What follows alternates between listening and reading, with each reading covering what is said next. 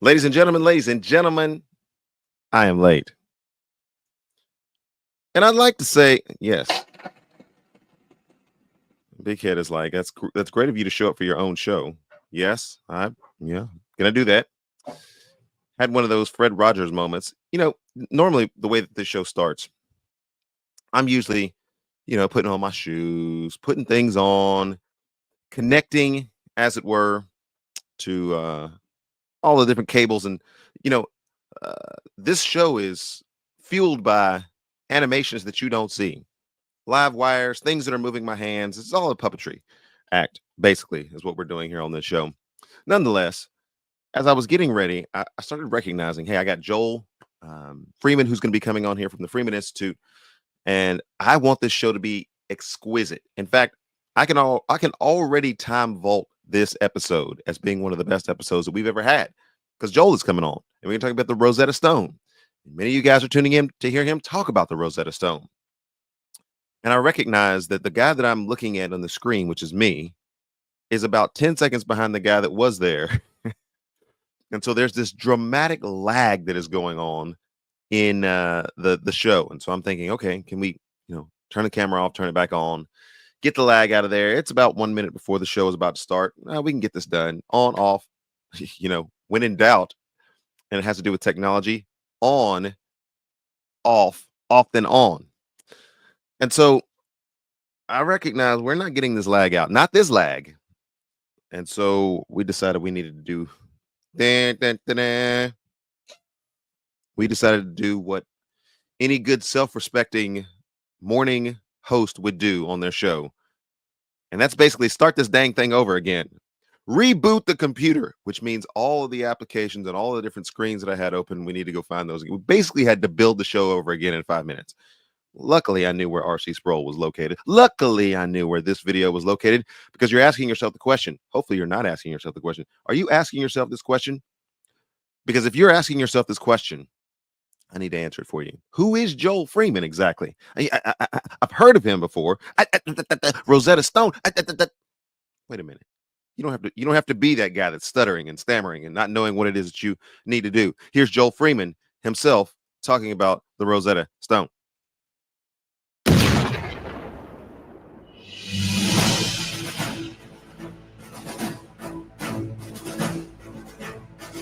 And the comment. This is what you're about to get.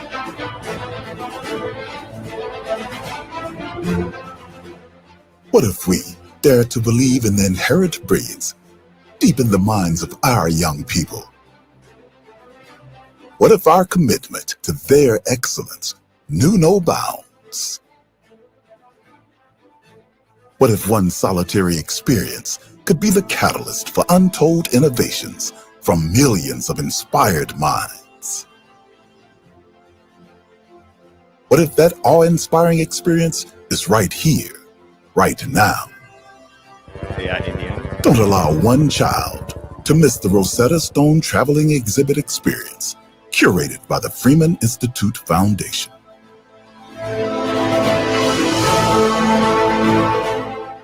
Become part of a world-changing legacy project, empowering generations to become solutionists and equipped to address the greatest challenges.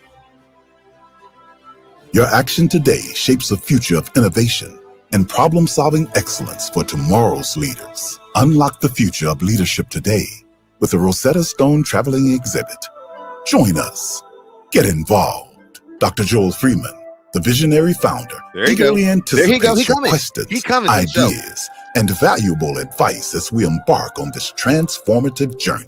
Contact Dr. Joel Freeman.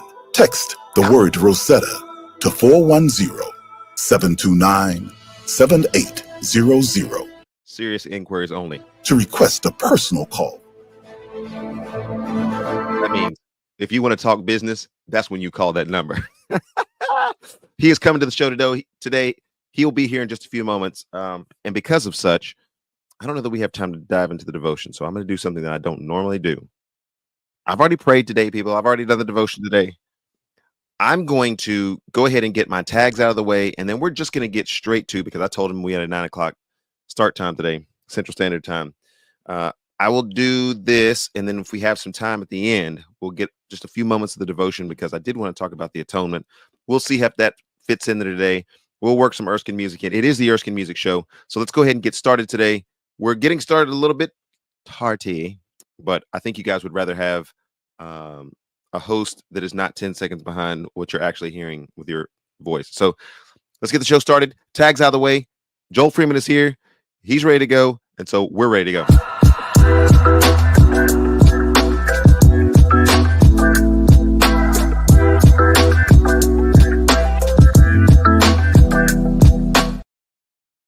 All right, this is me speaking really quickly. You guys know about the fair use clause. I use that all the time. Section 107, Copyright Act of 1976 says I can do it, so I can use source material. All right, moving right along. For those of you who are watching on various platforms, I do so appreciate that. I appreciate the worldwide audience. I appreciate the fact that there's Facebook worldwide people who are here. Big head. Big head, you got to play this one over again. Yep, play it over. All right.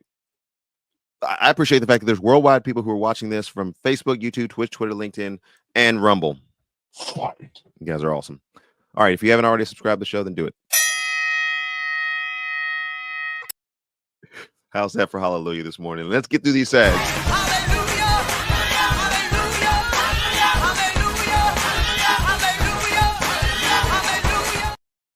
I kind of like this show format. Just go really quickly through everything in the introduction and just get to the meat. I like that. Here we go. Breaking news and top story today. Dr. Joel Freeman.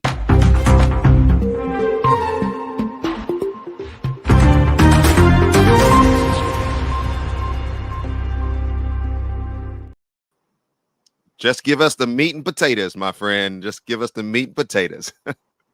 How you doing, young man? I'm doing well. How are you? I'm doing very well, thank you. Always great to see you. Always great to hear from you. You've got so many incredible things by way of content that you've created, but you're a man of God. And I do so appreciate that and love that about you, is that our conversations have ranged from, you know, things that you're creating lyrically to things that you're doing, advancing the next generation. And I'm honored to have you on the show today. Thank you so much for your time. It's great to be here. Thank you very much, Erskine. You have been a busy traveler. I'm a busy traveler, but you also have been a busy traveler. Where have you been going? Where have you been going? Talk to us a little bit about your schedule. From Canada, that's a correct pronunciation. But I have traveled over 55 countries around the world in my lifetime. Just turned 70 years of age in July, and it's been quite something. I started a company called the Freeman Institute with 7 words as my brand: dealing with people who drive you crazy. Those 7 words have taken me all around the world, working with heads of state and their senior advisors and leaders of multinational corporations, people who work in the education world, and all the rest. It's been a fascinating experience already. Yes, indeed. And the last time that you were on the show, we were talking about the Black History 365 program. Just a quick update on that. Let us know kind of where that project is at. Yes, this is the book right here, Black History 365. Weighs 5.5 pounds. It is, and we just came out. I didn't bring it with me here at this point. It's the Latin History 365, a book about the same size. I just arrived about 3 days ago. But this project now it's K through 12. This book is 9 through 12. Weighs 5.5 pounds. 1,200 QR codes, well over 1,200 pages, and over 2,500 pages throughout. We're now in over 400 school districts around the country. Amazing. And just really quickly, what is the response of people? I mean, last time we were having this discussion, and for those that didn't get a chance to hear that, you can go back in the timestamp and find. I should have put a link up to that, but anyway, we had a discussion about the fact that this is being received by people, and it's comprehensive in its scope. Yes. What are you hearing back from people? We also have 41 songs, 1 song per chapter, that many have said could be the next Hamilton on Broadway. It's that good. So Walter and I put this together, and Walter Milton and myself. He's founder, I'm co-founder. And the response has been phenomenal. And the reason why is because we remain truth-centric. It's a razor's edge. We remain true centric. We didn't bend the arc toward one political party machine or the other. And also, we remain solutionist. So, what are we going to do with this information, and how are we going to apply it in our lives? So, no one on the left or the right has been able to, come against it in any way. It's just been amazing. And that's amazing. I'm obviously in a lot of spiritual circles where there are people who are praying for works like this, praying for kingdom projects like this. I would just call it a kingdom project where Satan and the enemy and all the different disparate groups that are out there will not be able to come against a standard that the Lord raises up. And, that's kind of the terminology of my charismatic friends. However, you have done this not only with the blessing of the Lord and his strength, but you've also done this with a degree of excellence. And I love the fact that you call yourself a solutionist. Unpack that for just a few moments for us. A solutionist. When we get into the Rosetta Stone project, if we get there, we will We'll get there. a lot about solutionists. But a solutionist is that basically we deal with uncomfortable topics, and so we walk straight in, run straight toward things like lynching. Should we tear the statues down? Woo! Reparations. White Woo! person fully understand the black experience in America. Black people in the deadly dance with both American political party machines. Scientific racism. Uncle Tom, 3/5 a human being, and then we have a schema, a process for addressing each one of those aspects, and it has to do with critical thinking, compassionate listening, fact-based, respectful communication, and then finally action-oriented solutionizing. So those four connections to and a schema, a process for connecting with uncomfortable topics, has allowed us to come into a classroom and open up the can of worms, so to speak, and deal with issues straight on, but do it in a way that's less divisive and more healing. And that's been the response we've gotten from around the country. It's just truly amazing. My man, Joel Freeman, he's bringing receipts, folks. If y'all thought y'all were going to come against him, he said, I got this, and this. What y'all want to do about it? I love it. And that's definitely, we have talked before and exchanged a lot of pleasantries. That's definitely not your attitude. You're not, aggressively in people's face or anything, but I love the research that you guys have put into this.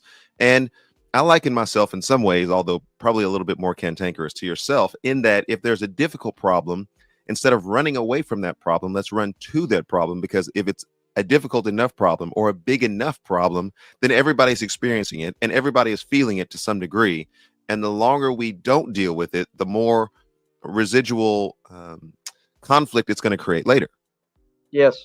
It's like the black hair care and beauty industry. In the textbook, we talk about using Annie Malone, who is the one who taught Madam C.J. Walker. Hardly anyone knows about her, really knows about her. And so use her legacy from top down, the bottom up, to come into to deal with this the whole hair care and beauty industry that's owned by about 90% Asian, and to do it without firing one shot. And it's a whole process that we've developed in the textbook on how to do that. So why wait for the government to rebuild the infrastructures of our cities? Let's use low-hanging fruit, an entrepreneurial model, something that is as recession-proof as gambling, as alcohol, tobacco, and to be able to use a market share of a point at a time, and then to be able to use a lion's share of that money to rebuild the infrastructure of our cities, providing jobs for people in inner cities and everything. So those are the kinds of things that we bat around, try to figure out. And rather than just moaning and complaining about different things, let's come up with something that is in the real world can work. Yeah, that's interesting, because I have a tendency to go off into my little nerd corner every once in a while. And I've been traveling a lot, which makes me a little bit more nerdy, because I have consistent hours where I'm just spending alone with the Lord and listening to various things. And, I've gotten myself into Alex de Tocqueville's work on democracy, and really trying to unpack what de Tocqueville saw in the American fabric in relationship to economy. And he saw this as being a system in which the market will essentially drive itself when you give people the freedom to pursue their own self-interest. And it's interesting that I feel like a lot of times people have not studied economics, but we will say things like money is the root. Well, obviously money is the root of evil because it's a biblical phrase, but we don't understand how much money is integrally tied to everything that we do. and the ability to get or not have um, attain certain things comes with some economic incentive or repression. And so when you're talking about using solutions that are geared toward entrepreneurial benefit and entrepreneurial spirit, it does take things out of the hands of lawmakers to some extent, and having to always battle and say, well, if we can get the right lawmakers in place, then they will pursue my own economic interest, instead of saying, well, I'm going to pursue my economic interest and let's get the lawmakers out of the way. It's a totally different way of viewing our responsibility as Americans and in society. Indeed. I love the way you're talking. I love the way you're thinking. Because I'm a little bit of a nerd. I like that.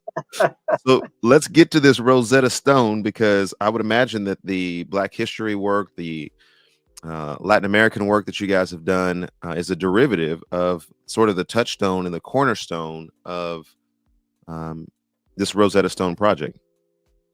Yes, Egypt is in Africa, so there's no more than 1 degree of separation between any two things that I find myself doing and being drawn to. So, for instance, and you've seen this particular booklet, it's called the Rosetta Stone Traveling Yes. Exhibit Project. And basically what I've done is I'm taking this ancient artifact, the Rosetta Stone, and transforming it into a modern metaphor for problem solving and critical thinking.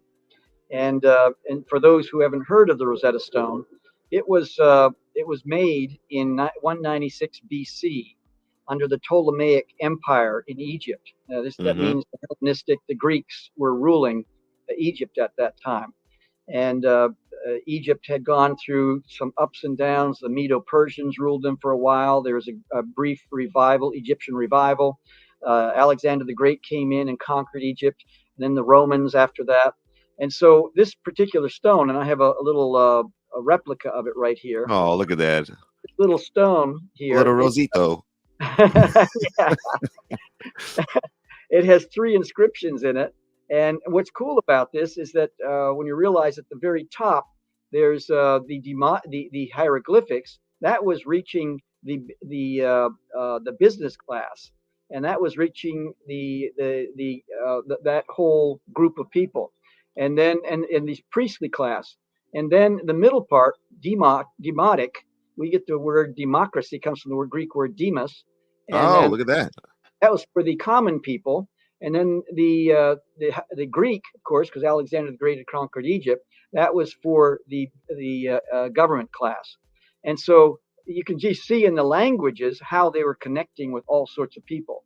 But when this was found unearthed on the west bank of the Nile in 1799 by Napoleonic Egyptian during the Egyptian military campaign by Lieutenant Pierre Bouchard, what happened is that they read the last words in the Greek, and it said the same thing shall be in all 3 inscriptions. And they said, oh my goodness, this is going to be lemon squeezy, easy peasy. We're going to be able to crack the code to hieroglyphics, because we're looking all around. We're seeing all these obelisks, and we're seeing temples with all kinds of eyes and snakes and, suns and moons and all kinds of that stuff, like they let loose a kindergarten class on the architecture. And but no one could figure it out. And so finally, what happened is that they brought it back to Cairo, and the savants, the intelligentsia that Napoleon brought with him, that were experts in botany and hydrology and architecture and entomology and all kinds of stuff, they looked at it and they said, we can't figure it out. It took 23 years with people from Sweden and Italy and Germany and France and England and all over the place. So there's a diversity of cultures involved. Long period of silence, big egos. Whoever solved this puzzle was going to become world famous, and so that in spite of all those problems and challenges, in 23 years, 1822, they cracked the code to hieroglyphics. His name was John Champollion, and that's what then unlocked the secrets of ancient Egypt.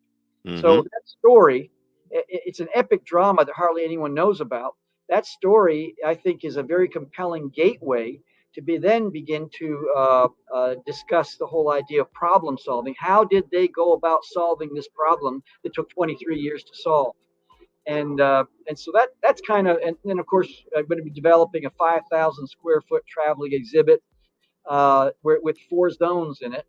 I showed that video a little bit earlier. Oh, did you? Okay. Yeah, I did. I can Okay. show it again at the end for those who hadn't already seen it. But yes, it is incredible. Hold on a second, because you're spitting some names. You're spitting facts. You're bringing receipts to the show today, and that's what I love about when you come on the show. If you thought you were going to say something about what it is that he's, oh, Black history, he gonna speak on behalf of Black. Yeah, he is. Latin American history, he gonna speak on behalf of. Yeah, he is. He's like that. In fact, I got to ask you a question. Have you ever been on Jeopardy? No, I I can't. think My wife and I watch it every night. She tapes it, and so we watch it in binging, and you one binge show watch after Jeopardy. another. But I don't, I can see faces, I can see things, but I just can't come up with it as quickly. I could never get that buzzer going fast enough or remember fast enough I to get don't know. those Maybe you're lines. selling yourself short there. But for those who are listening to endless hours of Adam de Tocqueville's treatise on democracy, reading George Washington's farewell address, and binge watching Jeopardy, two we nerds who are out there. All right. Continue, sir. We've cracked the code now. And now that that's discovered, I remember reading about that in history, and it's like Rosetta Stone, and it had a picture of it. And, there was some important discovery that was made there, and and on to the next chapter. What's going to be on the test? I know a lot of people kind of view education in that regard, but what actually did that do, practically speaking, this discovery for learning? Well, just imagine, and I'll just share this that really kind of grabbed my attention. I was already very interested in the Rosetta Stone, and how I became interested was because I was having a crisis of faith when I was about 20 years of age, about Okay. 50 years ago. Tell us And I more. started looking at all the claims and evidences and internal, external evidences and science, archaeology, mathematics, and all the biology, all these different elements, these layers. And every time I bumped into archaeology, I just kept bumping into the Rosetta Stone, and that fascinated me. And then about 20 years ago, I was able to acquire a face of the Rosetta Stone, and then recreated the sides and the rear. Had a stone sculptor, guy that up in Michigan who created that for me, and now they're in museums all around the world. All my replicas, and one was in the museum in the Night at the Museum Part 3 with Robin Williams, the movie on the set. But it's what happened in about 11 years ago. The History And you Channel. you just casually just dropped that out. Night at the Museum, Robin Williams, Part 3. And I was wait, hang on a second. Hang on a second. You're going too fast for us today. we are normal citizens of this globe. Because I just got finished watching Night at the Museum, and I thought this movie is kind of underrated. It's got a lot of A lot of cheeky layers. kind of monkey humor in it, Yeah. but for like history nerds and people who like different eras and periods, they actually kind of put some things in there that are at least a little bit appealing historically speaking. And so you were actually able to play some things in Night at the Museum Part 3 Well, because one of my accuracy matters. one of my replicas was on the movie set in the Vancouver set, and because I know it's there, I see it about 3 times, but it just goes by quickly. It's very hard for the average watcher or viewer to see it. But yeah, that was something that happened when they called me up. I thought it was a practical joke. That was one of my buddies playing a prank on me. But it's 20th Good Century Fox friends. calling, and we've looked all around the world for a Rosetta Stone replica. We could create one ourselves, but if we can lease one from you for 6 weeks and then return it to you, is that a good deal? And I said, sure, let's do it. That's how that happened. You said you better break that bread. How much is this going to be? He's an entrepreneur, people. He's an entrepreneur. And All can I sorts get of movie income credits streams. in the back? Yes. Yes. Keep them rolling. Keep them rolling. Continue. I'm sorry. I Oh no. interrupted your discourse there. So what happened? You interrupt away. It doesn't matter. It's the Erskine uh, Music Show. I will I, interrupt. I tend to get going, and so you have to kind of jump in there and say, okay, unpack that for me. So what happened is that the History Channel did a show about 11 years ago, and it was a show called 101 Objects That Changed the World, and they brought some subject matter experts, some SMEs, a panel of them for a whole year to look at all the objects that changed the world. And guess what? They found that the Bible was number one, Of coinage, course. money, was number two, and the Rosetta Stone number three. It beat out the wheel. It beat out, computers. It beat out cell phones. It beat out the car. It beat out rocket ships. It, beat out all airplanes, everything. And that's when I said, okay, I thought this was a serious item that I needed to research, but now I must not be taking this seriously enough. And that's what really kind of brought me into turbocharge about the Rosetta Stone project. What was number 2 on that list again? Coinage, money. Ah, okay. It beat out where was the airplane at? I don't remember. I just locked into those first three, and Yeah. and after that, and You said if you're not winning gold, silver, or bronze, you're not getting on the podium. I love it. Down there to maybe 5 or 6. Who knows? Yeah, airplanes, computers, all that nonsense, all social media. It's all just gobbledygook. And so with the I'm sorry. Go ahead. I was just going to say. So what I decided to do was I had to create something that was sticky, meaningful, memorable, and so decided to come up with an idea to come up with a 5,000 square foot traveling exhibit that you have already shown a little bit of clip about. But Mhm. Zone 1 is all about the history, Napoleon. I mean, it's just crazy amount of information that it could be the whole exhibit all by itself. And then number 2, Zone 2 is all about code cracking, and Okay. we have, for instance, the Enigma that was used by Nazi Germans, with Navajo code talkers, Native American Indians, that used smoke signals with blankets and fire to send, hey, the buffalo are coming. Last night, my wife and I were at an Orioles game, and I was watching the third base coach, and he's doing all this, all this kind of stuff, and to the first base runner. And I'm thinking, man, that's another code. He's holding proprietary information away from the other machine, and that's part of this whole Rosetta Stone story. Uh-huh. And if someone could crack that code, they could say, "Watch out! First base guy, runner is going to run. He's going to try to steal second because I saw the code." But I think the New England Patriots were doing that long before.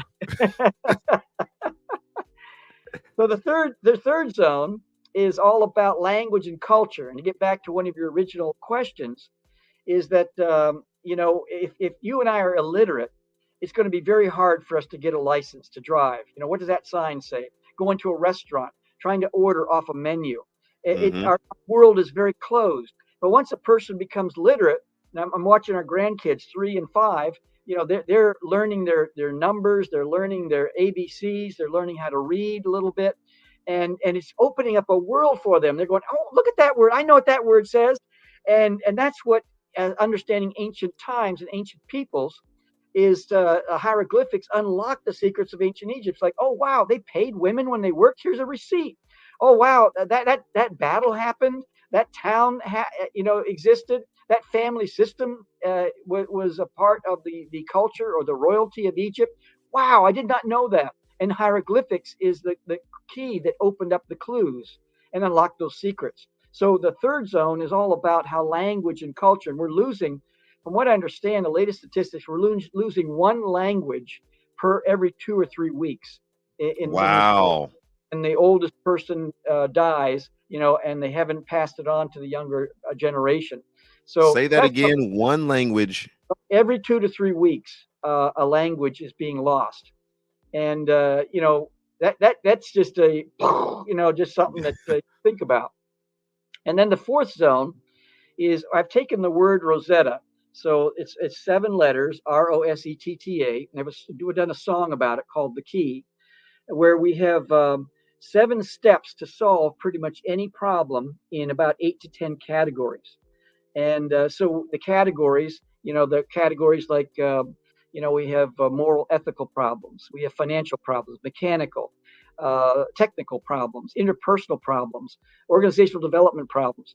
And so to have something that's transcendent, a schema, a process, because, Erskine, we're living in a time, I mean, we had the Industrial Revolution. That changed the skylines of cities around the world. They Yes. captured the ability to use steam to be able to move things were much heavier that anyone, a human, could do, and brought ingenuity, the steam engine, all the rest of it. And that was huge, that one revolution. Now we are faced with three revolutions. And the first revolution is AI. The second revolution is spatial computing. The third revolution is quantum computing. And any one of those three is a game changer for the whole world. But to have three converging at the same time, I look at, you and I grew up in an era where we had to actually read a book. It took 15 years to become an overnight success, all that kind of Yeah, and sure.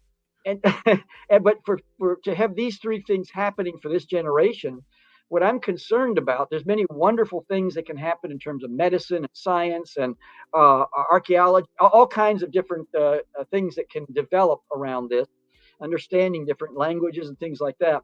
But my concern is that just like muscles can atrophy after 2 to 3 years, 2 to 3 weeks with no resistance, according to the Cleveland Clinic, the brain can atrophy if it's not, if there's Ooh, no resistance to the brain. And so if someone ooh. is sitting there, a 10th grader, and saying, I got a paper due on Friday, I'll just go, just like an addict, I'm going to go to Chat GPT and create that paper for me, or that song, or that book, or that article, or that chapter. And what happens is, I think it can create a generation of young people that will grow up with their something that gnaws away at their conscience, their integrity, and saying, "I did that." No, no, no, that was ChatGPT. So it's like an imposter syndrome, Mm-hmm. a poser mentality can emerge, I think. And so what I want to do is use this whole project, the Rosetta Project, Stone Project, the Rosetta Universe Project, to invite people. You can't force anybody to do anything, but to invite them to use their God-given brains first, and then use technology to take it from A to A plus. That's Mm-hmm. that's my whole desire. And so the R is something that we talk about, recognizing the problem. Now, how do we recognize the problem? Well, a lot of people have the ostrich in the head in the sand type of approach. I don't have a problem, but I'm I gonna start think it's putting these at the important. bottom of the screen. Keep talking. Yeah, I think it's important that we are people that we recognize when there's a problem. And I can't remember the person who said this, but let's say this fist represents a problem. As humans, we're always we're walking toward a problem, or we're in a problem, or we're walking away from a problem. So problems are a part of our lives. In fact, if someone is in business, you are right now solving a problem by having your podcast. You're bringing on guests to talk about music and talk about different things. It helps to educate, encourage, and that is you're solving a problem. When we cease to solve problems, we're out of business. And so Yes. recognize another thing of recognizing the Yes, problem. people recognize I'm solving some problems for you that you didn't even know you had. And another I'm part of creating some problems also. that's part of it too. But another part of recognize the problem is, what kind of problem is it, and what's the intensity of the problem? Is it worth my time and my attention? So I've come up with an inventory, or I'm coming up with an inventory that I'm almost there. Is that there's a campfire problem, there's a Oh, bonfire problem, or there's a wildfire problem. The a little campfire problem. triage there, and it's a fun triage. That is, and it allows me to use just three fingers. But in my backyard, if I want to do a campfire, I need to make sure there's no low-hanging branches that can cause a forest fire, and but I prepare for it. So it's like owning a home or owning a car. There's always something, the new roof, or new downspouts, or new this or new that. The dishwasher goes, and so it's like sitting around a campfire. And you sit here, and the smoke starts finding you. You go, oh, I'm going to move over here. And then wait just about 3 or 4 or 5 minutes, and the smoke's going to find you there. You move over here, and the smoke's going to find you there. That's the way it is with campfire problems. It's all a part of life. The Hmm. smoke is going to find us. And then the bonfire, we still prepare for a bonfire. It's like building a business, and it's kind of dangerous. It could get big so quickly that it's like, oh wow, how are we going to deal with this? And how are we going to handle that? Well, that's a bonfire problem that is prepared for, but it's not. But it's kind of dangerous, on the edge of danger. Then a Yep. wildfire, you better, with a wildfire problem, you need to bring in legal, accounting. Everyone's head is on swivel. We bring all forces to deal with that particular problem, and then freak out later once it's solved. But it's the whole idea of understanding the recognizing that there is a problem, and then recognizing the type of problem, the category of problem, the intensity of the problem, and then also recognizing how to approach a problem. When I was a kid, I became a lifeguard. And one of the things they said is that if you go out to save somebody in the water, you come directly to them, they're going to bring you down with them. because they're Mm. thrashing about. But you have to stiff arm them, get around behind them. There's a whole approach to the person with a Woo, problem. They're drowning. man, And so bars. You bringing bars today. so it requires emotional Don't drown, intelligence. folks. It's like my wife, if she has a problem, she doesn't want me to solve it. She wants me to hug her, and maybe 24, 48 hours later, I say, honey, I was thinking about this, and have you thought about this? Now there's an approach, a timing.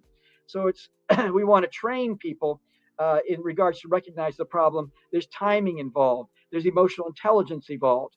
There's listening involved. 2 ears, 1 mouth. There's a parable there, and all these different things about even approaching once a problem is recognized. And Can I go ahead and endorse you for president of the United States?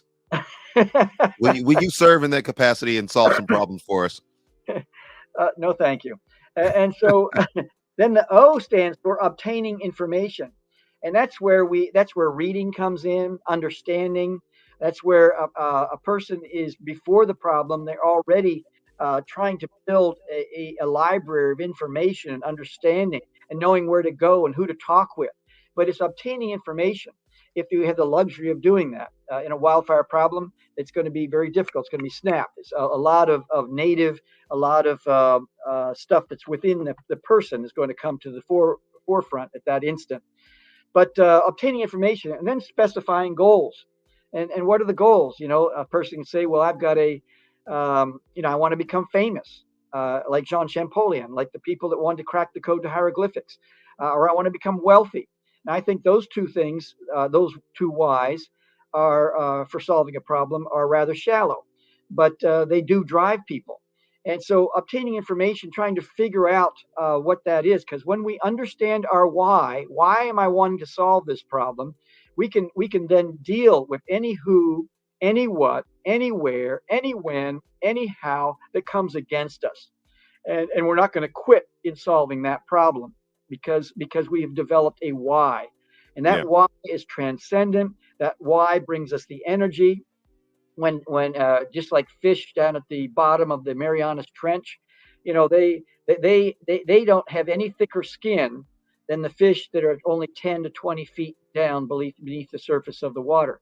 But they have the matching pressure from within that causes them so they don't implode. And so it's not about thin skin. It's about having that matching pressure from within. Woo! So specifying goals and illustrations allows us to become a person that has the pressure from within that keeps us from imploding and dealing with the pressure. And we need pressure from without to keep us from exploding. That's where problems come in. And so specifying goals, I think, is a very important component of understanding the problem and doing a 360, a spherical 360 around it. And then evaluating options, that E, evaluating options is something where we like when I'm talking with someone with a problem, and a problem might be, you have eustress and distress. Distress is where the problem is causing them to implode. Eustress is causing them to be excited. It's like, oh man, I'm getting married, or I've got $1 billion idea, and they got all these things bouncing around inside of them. And so evaluating options is a very important component on this.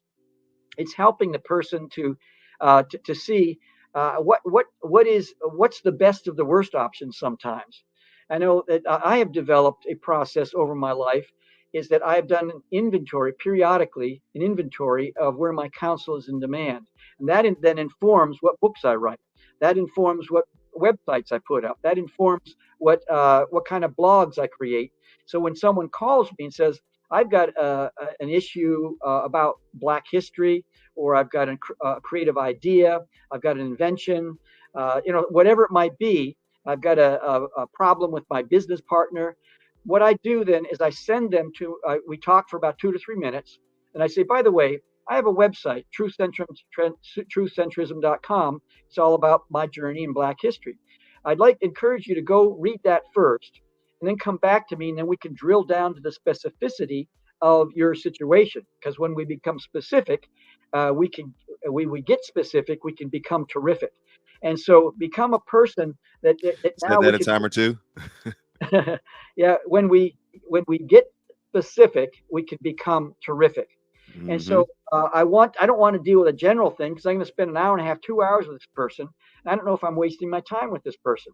So if I send them to do a task, something that I've created, they can then come back to us. And I've had 90% of the people don't come back to me. So I saved hours and hours of time with someone that wasn't serious, perhaps, or didn't have the time, or just was kind of, hey, I want to talk to Joel Freeman about this, and so that's been my approach in terms of helping people evaluate the options that they have before them.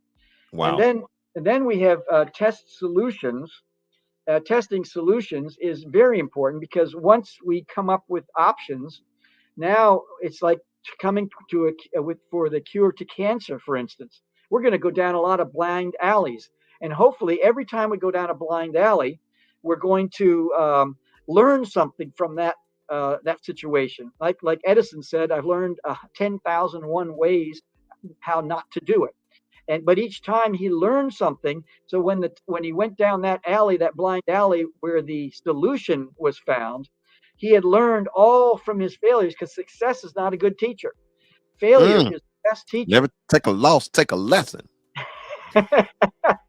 You can And use so that later. I will use that. I've logged that away. I'll Yes. say that again. Take a loss, take a lesson. Right? Never take a loss, take a lesson. I like it. I like it. I'm gonna. That's logged away, and Gave I'll that to give you Joel credit the Freeman. first three times. And then to take solutions, as we test solutions, that there's different ways to test, and I'm not going to go into all the details of that, but it's just some real world ways. It's like being in a bottle. You can't read the label when you're in a jar, and sometimes just like coming up with a Black History curriculum, but we thought it was pretty cool. But then when people start saying things about the curriculum, now you're getting tests of whether or not this is something that is really scratching where people are itching. Uh-huh. And so taking action, different personalities and temperament styles. Some people take action before they think, before they obtain information, before they specify goals, before they test their solutions. So taking action, it's a balance between doing all those things and then taking action. Some person wants to become an entrepreneur, and what they do is they get a brand new computer. They bring in a designer for their office. They do all these things, and 6 months later, they have never taken action. They prepared to take action. Some people are eternal students, and they go to school and they go to school, but they never parlay their degrees into taking action with that information they've learned. And so, taking action, there's a gentle balance there between all the processes prior to and sometimes just saying, okay, I'm going to run on my instincts here.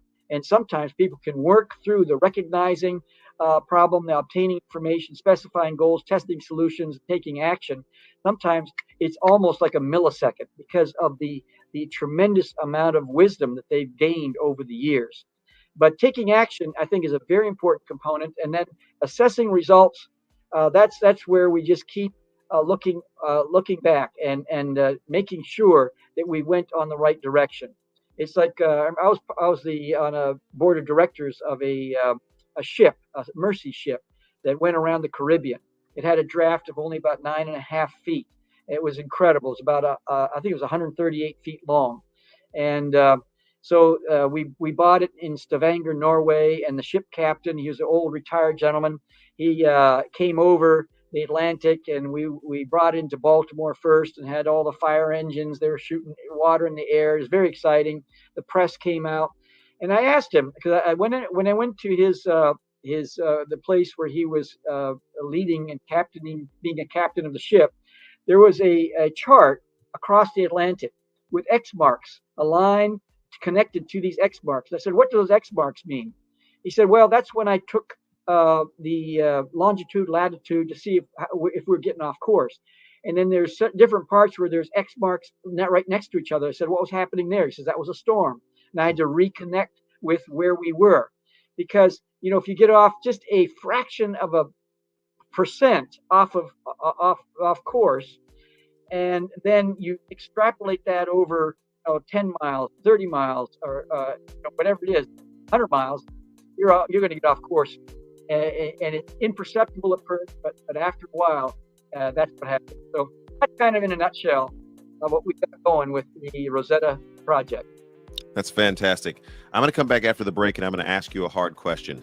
And so I'm going to see if you can apply all of those things that you just said. And if you go back in the show notes, you can see all the different things that were put there. That was just timestamp that little section where he was explaining the Rosetta. But I'm going to come and I'm going to ask him a question. It's going to stump him. I don't know if he can use that method to actually solve the question that I'm about to ask him. Come back after the break. We got some Erskine music that's coming in here. We got a song today called Only Love. And I think it's so appropriate with what it is that we are dealing with in our subject matter expert today, Dr. Joel Freeman, Rosetta Stone Project, and many other projects. We'll be back in just a few moments.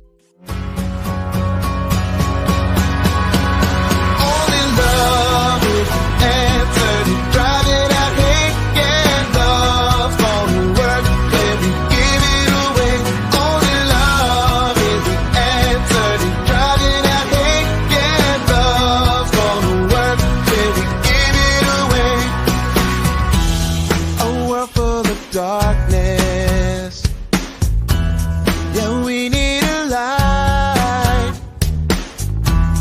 With all of the hurting, there's no room to fight. Only love is the answer to driving out hate. Yeah, love's gonna work when we give it away.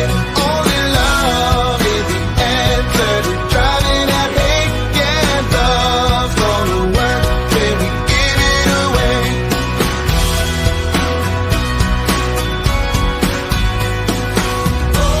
Please enter for serving. Our love needs to move. Let's reach to each other. Oh, there's no time to lose.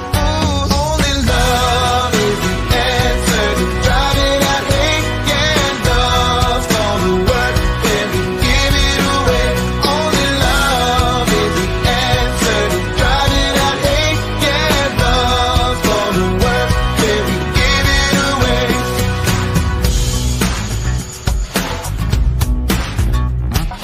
This little light of mine, I'm gonna let it shine. This little light of mine, I'm gonna let it shine. This little light of mine, I'm gonna let it shine. Let it shine. Oh, let it shine. Come on. This little light of mine, I'm gonna let it shine.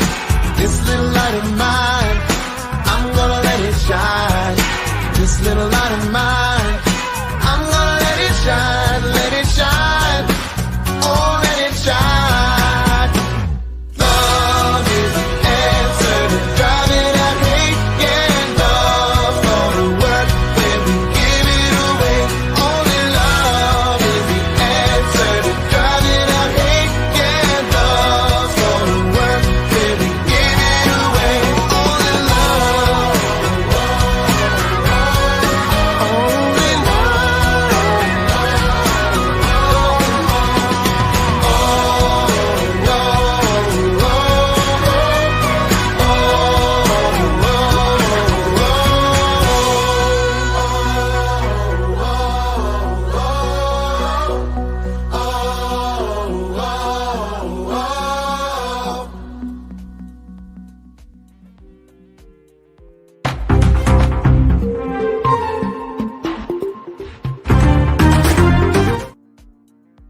All right, we're back having a conversation with Dr. Joel Freeman about the Rosetta Stone Project. And if this is not great content, I don't know what is. People, what more could you want? We're about to solve all the problems in the world, and we're not even going to forget what we solved. Dr. Joel Freeman is here with us. Thank you so much for your time this morning. I don't want to take too much more of your time, but I did tease the fact that I'm going to ask you a question. And maybe I'll just do this, because I know that we're kind of, as de Tocqueville would say, we're kind of in this era where we have a national crisis. He saw elections and the danger of democracy being that there's this peaceful transference of power that happens every 4 years. And he was kind of suspicious about that, because it does kind of put us in this place where we're in a little bit of a frenzy. Who are we going to vote for? What are the candidates saying? What are they not saying? What do they really mean by what it is that they're saying? All those different things that kind of creates this moment of national crisis for us. But I wanted to ask the question maybe like this. What would you say are some of the biggest problems that maybe both politicians, all politicians, anybody that's in government needs to be thinking about and trying to solve by way of a triage? You talked about the campfire, the bonfire, and the wildfire. What are the things that are wildfire status in our country that both politicians or all parties need to be involved in solving? Well, we look at the economy, is one thing. We have all these different issues: housing, race relations in America, and you could make a list of all these things. I heard a story once. I've never checked it out to be it's true, but you put red ants and black ants in a bottle, and they get along just fine. But if you shake the bottle, they will fight to the death, and because they somehow feel like the other group is attacking them in some way. So my question is, who's shaking the bottle? And Okay. I kind of look at more of a macro view of all of this. And we have, for instance, all of media, or most of media, is controlled by six conglomerates. And I could mention, you got Fox, you have Disney, you have Warner. I could, there's six in all that Mhm. you name the media pretty much out there. ABC, NBC, Yeah, they're yeah, controlled by these six conglomerates. Those six MSNBC, conglomerates, CNN. yeah, those six conglomerates are the majority owner of their stock shares is BlackRock, Vanguard, and State Street. And they also, those three investment companies or firms, they own the lion's share of the military industrial complex, Northrop Grumman, Boeing, and all the rest. And there's just a list of hundreds of them. So my question is, if if we have all these different things in our country that are just the common sense folks in middle America look and just shake their head and say, what are they drinking in DC? Why would people vote in the way that they are? Let's say with open borders. I'm not against immigrants coming in, but why do we have an open border? Why are we helping Ukraine close their borders and then opening our borders? Why You are never we? said it like that, did you? Why Our all borders these are open, but we are working as hard as we possibly can to keep Ukraine's borders closed and Israel's borders closed. By the way, just throw that one in there. Yes, yes. And so common sense says there's something crazy going on, and I think money and power drive it. And so and I think there are many people that come into politics that are that have good motivation.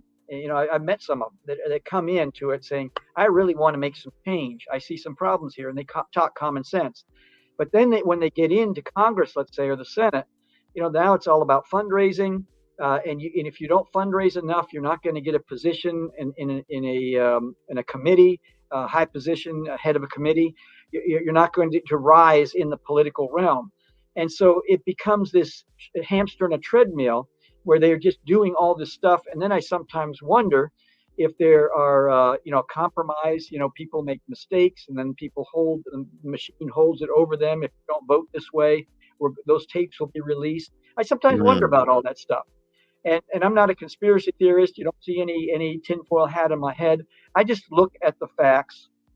I try to study things in a macro, larger way in politics. And so, for instance, I look at Baltimore City. I've lived in Baltimore City many years. We now live in Severn near Annapolis. But I watched under one politician, Baltimore City received $1.6 billion to clean up the city, to help with education. Under another politician, they received $16 billion. So in a space of about 9.5 years, almost a decade, they received almost $18 billion. And yet, if you, me, and maybe five other people who are watching this and participating got together had that kind of mandate with that kind of money, you'd almost be able to eat off the streets of Baltimore today because of the integrity with which we would handle those funds and the mandate and how serious we would handle the mandate. And Sure. so I look at, people look to government to save things.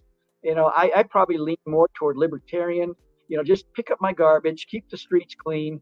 Let's have internal and external security, and maybe a few other things that you could probably mention that I have forgotten. But other than that, just stay the heck out of my life, and just govern in a way that frees the people up to be who they are and to fix things and work things out.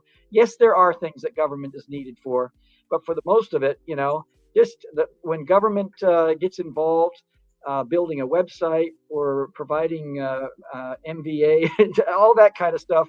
It just seems A like database, Big Brother. crazy. Yeah. So that's my philosophy, and I'm sticking to it. Maybe it didn't respond to your question specifically enough, but I think it affects what we're talking about in a very big way. Right, because I'm certainly not on the Erskine Music Show. My name and brand is all over this, and so I'm not worried about getting in trouble on my own show. Nor do I think you're worried about getting in trouble. I think you've well established yourself, and that's the kind of entrepreneurial spirit, as we're talking about even this subject matter, that I think is so freeing and so necessary in a republic. Is that you do have people who can think freely without the specter of, or the Damocles sword hanging over their heads of, if I say this, then I'm going to get canceled by everybody that's out there. If I say this, then I'll never be able to play another show again. No, Joel, and I don't say this with any type of prideful arrogance. My talent will take care of itself. When you see Erskine Music play a show, that's the reason why Erskine Music is playing show. Now, obviously, the Lord is directing that. He's guiding that. I'm very humble about the process. I'm very thankful about that. But I don't have to do certain things that I'm watching other people feel like they have to do to manufacture what they think they want to do. And you talked about, this sort of mantra of taking learning into a response time. If you're an entrepreneur, your response time can be very quick because you've already done the research. You've already done the work. And so you can just respond and have actionable items that comes out all the time. Action, and always being forward moving. And so, no, I don't think that you danced around the question. I just think that there's not enough politicians who are actually thinking about solving solutions. Mm-hmm. In fact, I'll just go ahead and say this, at risk of getting myself offed before and at the appropriate time. I have talked to some people about wanting somebody to run for president of the United States. Now, that's a far-fetched dream that's out there because, to your point, Joel, I see the things that are going on in our society, and I think, man, I really hope that somebody of sincere nature and genuine heart can approach these problems and try to help people. And so, not long ago, and at least over the last few years, I've started making some inquiries into what it would require to be a part of the system, so to speak. And I ended up at a Republican fundraiser of sorts, and I'm not going to say where because it would be very obvious if you paid attention. A Republican fundraiser in which I'm having some conversations with I'm conservative, but I'm not a Republican, if that makes sense.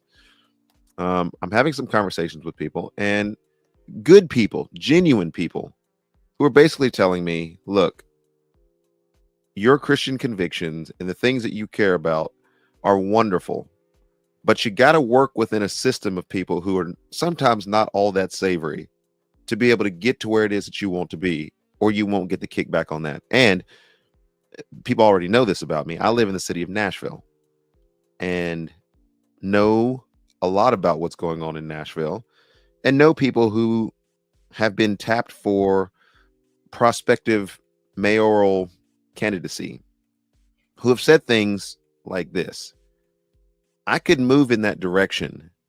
However, by the time I actually got to that office, I'm not sure how much of me would actually be left after all the special interest groups who have helped me get to where it is that I've gotten to, get their fair share of what it is that they've invested for me to get to where I'm at. And so I would essentially just be a figurehead.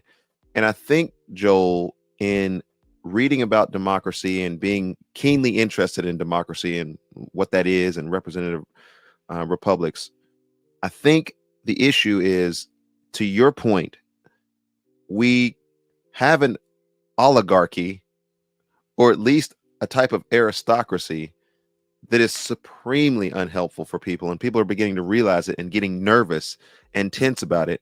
But I don't think they realize that the concentration of power and the concentration of economy is really in the hands of just a few people.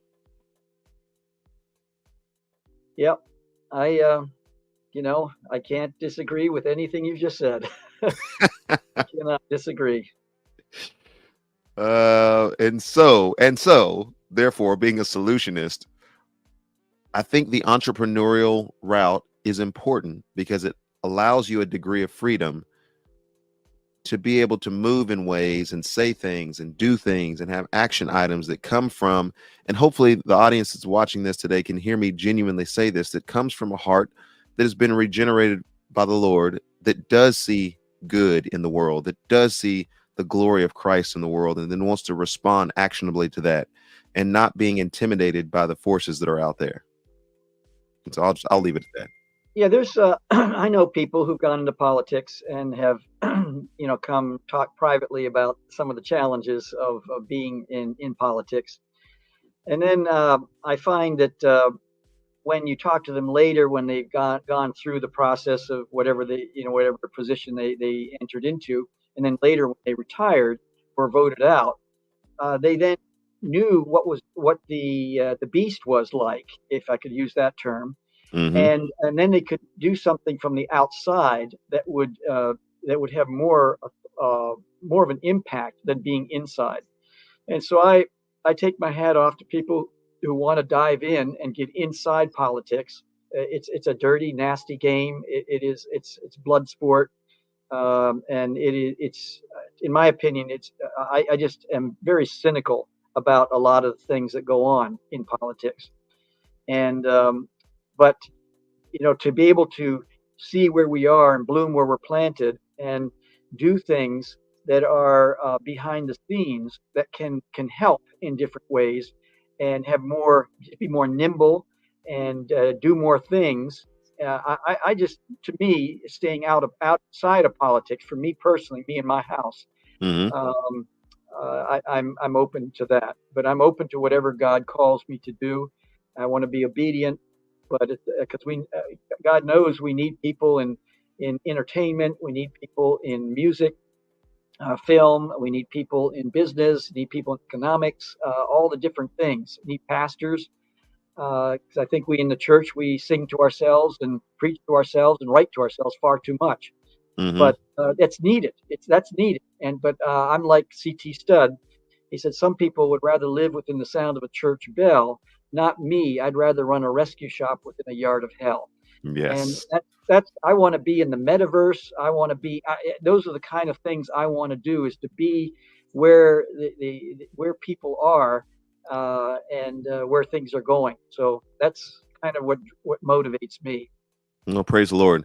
Maybe in the spring, if you're able, I don't know what country you'll be in, where you'll be traveling, but in the spring in season 10, Lord willing, if the Lord hasn't returned, we can have you come back and talk about some of those projects that you've been working on in conjunction with and as a derivative of the things that we've talked about on this show today that are in the metaverse, that are in the world of AI, and sort of these concurrent streams that you talked about that are world shaping phenomenon that we're experiencing.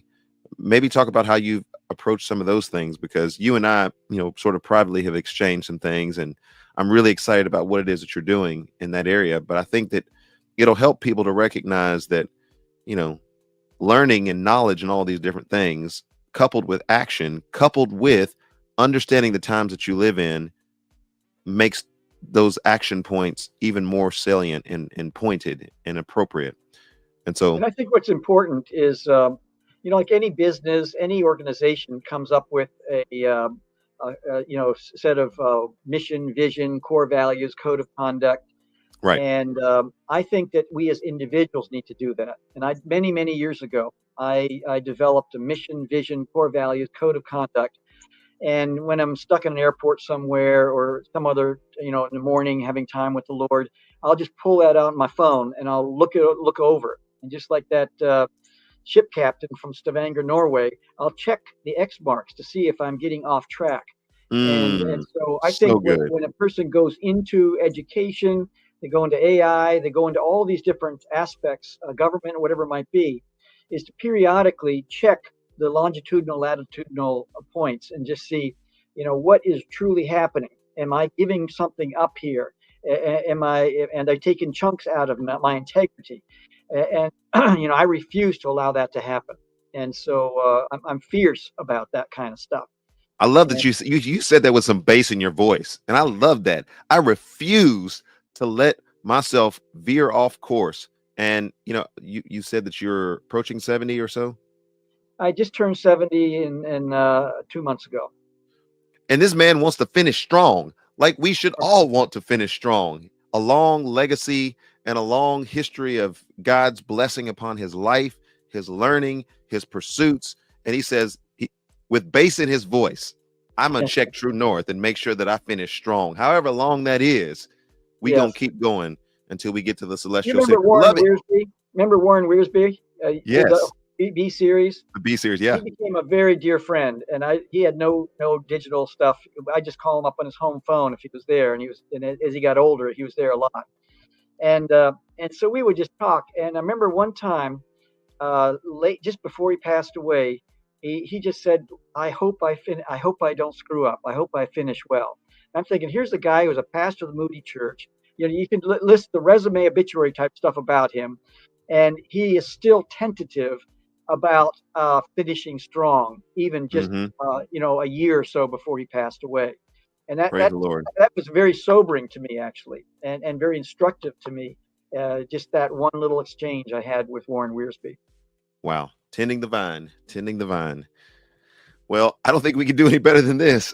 It's been an incredible interview. Thank you so much for your time, and I look forward to our future conversations. Thank you very much. Appreciate you, all that you do. God bless. God bless.